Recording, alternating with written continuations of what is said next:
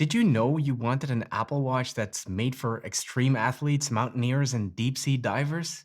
Me neither, yet here we all are. I have some thoughts. Let's ramble. Hold up, place go wild when I pull up. They all on me like it wants. Hey, what's up, guys? It's great to see you all again. And if you're new here, I'm Patrick, and this is where I ramble about tech and other stuff. So, guys, this video might be a little different than what you're used to. This is not a product review. There won't be a ton of B-roll. I just wanted to make this quick video to share my thoughts about something that's been on my mind for a few weeks now, and that is how on earth did Apple manage to make us all want the Apple Watch Ultra? And I think I figured it out. Let me explain. I think it's safe to say that the Apple Watch Ultra was the not-so-silent winner of the September Apple event. Last year, the presentation of the iPhone 13 lineup was completely overshadowed by the unexpected success of the iPad mini 6, which seemingly came out of nowhere and made me forget all about the iPhone 13. This year, it was the Apple Watch Ultra that brought that shadow, again, seemingly out of nowhere. I mean, sure, as tech channels, we all like to speculate about Apple rumors leading up to the event, and while there had been talk about an Apple Watch Pro potentially making its appearance, I don't think anyone was fully prepared for the Apple Watch Ultra, the ultimate Apple Watch on steroids. I remember being glued to my screen throughout the presentation, and by the end of it, I had two thoughts.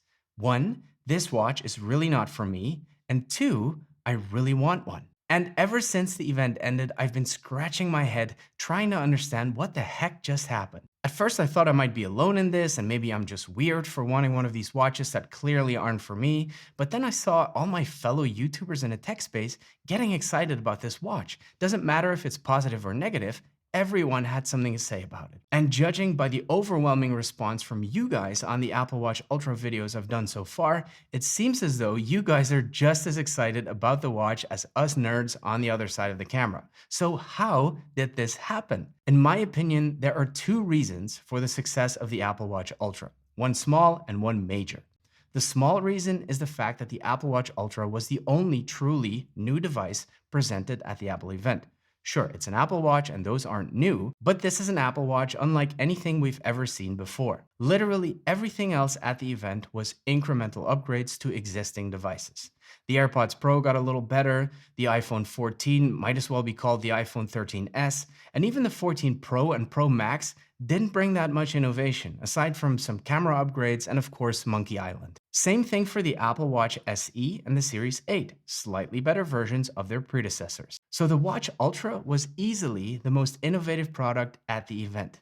Still, I don't think that's enough to create such mass appeal, and it's not enough to make people want to spend $800 or even $1,000 if you live in Europe. Well, then what is it? How did Apple make us want this thing so much that we couldn't wait to pre-order it? And why were most of us more excited about receiving it than we were about our new iPhones? I think it's all down to reason number two, the big reason, and that is marketing. The presentation of the Apple Watch Ultra might have been the best example of product marketing genius I've ever seen by any company. And once I realized what just happened, I felt completely played by Apple. But at the same time, I'm so impressed with what they just did that I'm not even angry. You see, it's clear that companies like Apple spend a tremendous amount of time and resources on their marketing. The competition in the tech space is cutthroat, and there's a lot of great products out there. And these days, a company's success is not just based primarily on the quality of their products, but on how well they can sell them. And I don't think there is another company that understands its audience as well as Apple does.